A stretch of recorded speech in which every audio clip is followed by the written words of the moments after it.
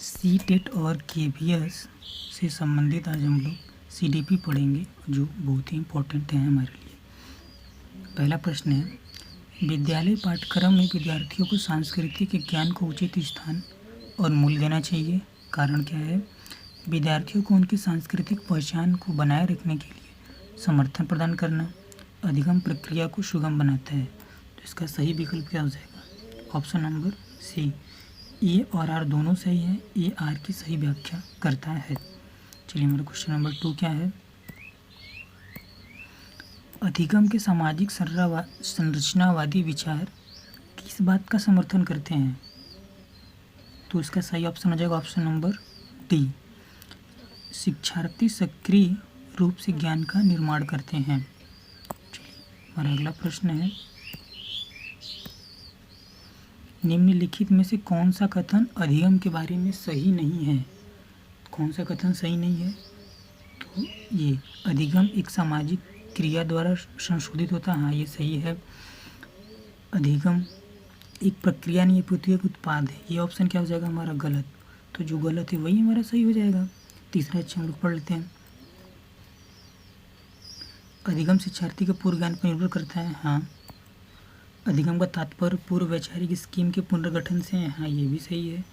चलिए, हमारा अगला प्रश्न है क्वेश्चन नंबर 4।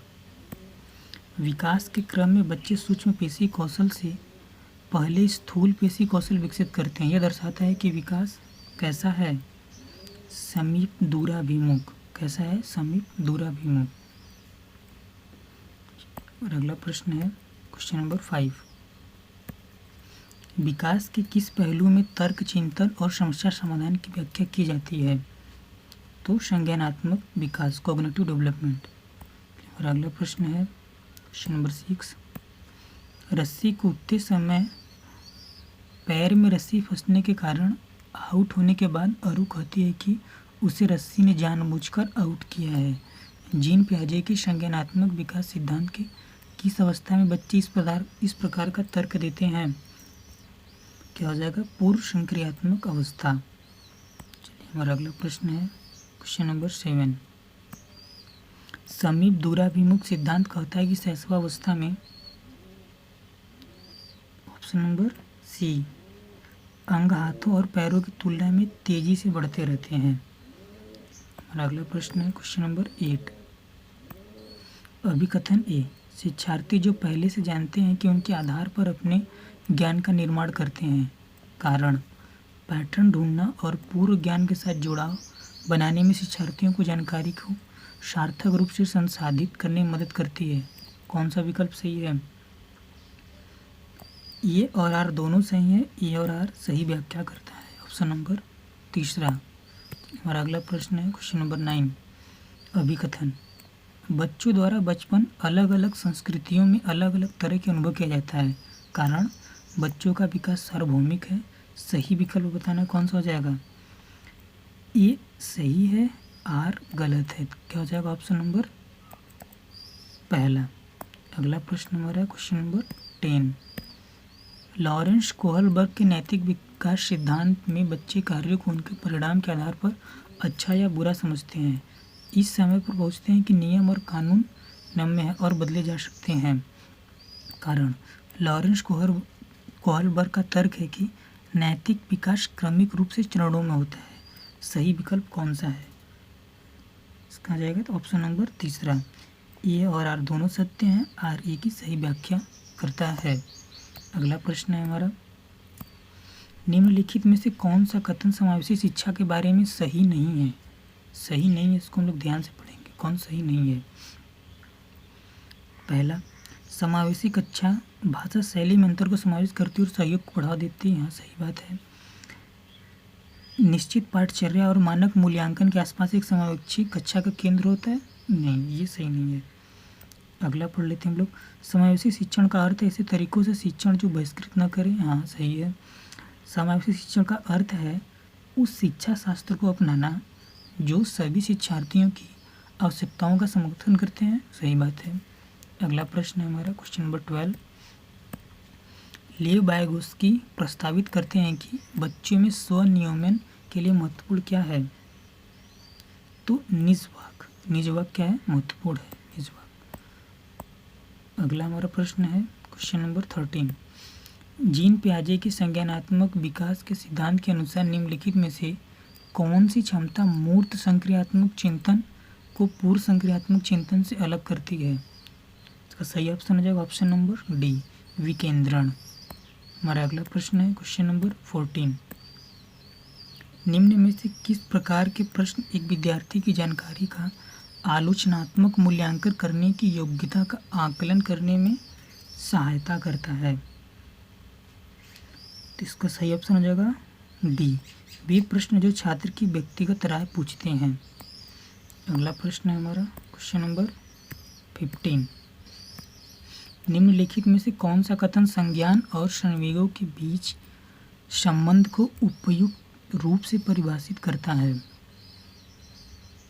का सही ऑप्शन हो जाएगा डी, संवेग और संज्ञान आपस में एक दूसरे पर पारंपरिक रूप से निर्भर करते हैं। और अगला प्रश्न है क्वेश्चन नंबर 16। प्राथमिक कक्षाओं में भाषा का विकास किस प्रकार संसाधित होता है? सही ऑप्शन हो जाएगा ऑप्शन नंबर सी, जब शिक्षक अमूर्त अवधारणाओं को संदर्भित करने के लिए अमूर्त उदाहरणों का उपयोग करते हैं। प्रश्न नंबर 17। अभिप्रेरणा के आरोपण सिद्धांत के अनुसार निम्नलिखित में से किससे निरंतर प्रयास और बेहतर प्रदर्शन की संभावना होती है? तो ऑप्शन नंबर पहला, असफलता और सफलता दोनों के लिए आंतरिक आरोपण। अगला प्रश्न है क्वेश्चन नंबर 18। वंचित वर्ग से संबंधित छात्रों के समावेशन के लिए विविध परंपराओं के प्रति जागरूकता और संवेदनशीलता को बढ़ावा देना चाहिए। Question number 19। कक्षा में खेल प्रतियोगिता में भाग लेते समय तनुज अपने मित्र को कहता है कि वह भाला फेंकने में भाग लेगा। रस्सी कूदने में उसकी बहन भाग ले सकती क्योंकि वह एक लड़का है, लड़की और लड़कियां भाला नहीं फेंक सकती। यह किसको प्रदर्शित करता है? क्वेश्चन नंबर 19 का बी, लैंगिक रूढ़िवादिता। लैंगिक समता नहीं होगा, लैंगिक रूढ़िवादिता। अगला प्रश्न है क्वेश्चन नंबर 20। निम्नलिखित में से डिसलेक्सिया एक विशिष्ट विशेषता कौन सी है? डिसलेक्सिया का क्या कारण होता है? तो ध्यानात्मक प्रसंस्करण में कठिनाई। अगला हो जाएगा क्वेश्चन नंबर 21। निम्नलिखित में से कौन सा कारक समस्या समाधान को बढ़ावा देता है? तो अबसारी चिंतन, अबसारी। अगला प्रश्न है क्वेश्चन नंबर 22। अपसारी चिंतन जबकि अभिसारी चिंतन क्या है? क्वेश्चन नंबर 22 का क्या हो जाएगा? सी, कई उत्तरों को प्रोत्साहित करता है। अपसारी चिंतन कई उत्तरों को प्रोत्साहित करता है, अभिसारी चिंतन एक ही समाधान पर स्थित। इसको हम लोग क्या बोलते हैं? अपसारी को आउट ऑफ द बॉक्स, ये हमारा आउट ऑफ द बॉक्स है। और अभिसारी चिंतन क्या है? In the box. इसको हम लोग ध्यान से पढ़ेंगे, इन द बॉक्स। चलिए अगला प्रश्न है क्वेश्चन नंबर 23। निम्नलिखित में से किसी रचनात्मक आकलन नहीं माना जाएगा? एक आकलन कार्य जो कार्य को मानदंड में एक मानक पैमाने के अनुसार छात्रों की तुलना करने में सहायक होता है। तो इसका क्या हो जाएगा? पहला ऑप्शन करेक्ट हो जाएगा। अगला प्रश्न क्वेश्चन नंबर 24। निम्नलिखित में से उपयोगी प्रतिपुष्टि की एक विशेषता कौन सी है? यह एक सामायिक और विशिष्ट होती है। क्या हो जाएगा? Option number B. अगला प्रश्न क्वेश्चन नंबर 25।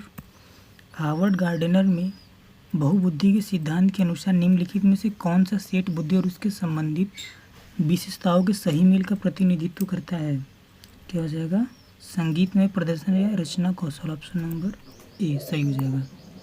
अगला प्रश्न है निम्नलिखित में से कौन सा आंतरिक अभिप्रेरणा का सही वर्णन करता है? तो कार्य की व्यक्तिगत आनंद लेने वाली अभिप्रेरणा। क्या हो जाएगा? आंतरिक अभिप्रेरणा। ये सब क्या है? बाहरी अभिप्रेरणा है, सब बाहरी है सब। तो ऑप्शन नंबर डी। अगला प्रश्न है, निम्नलिखित में से कौन सा प्रगतिशील शिक्षा का एक प्रमुख सिद्धांत है? अधिगम प्रामाणिक कार्यों पर आधारित होना चाहिए, पहला ऑप्शन। अगला प्रश्न है हमारा,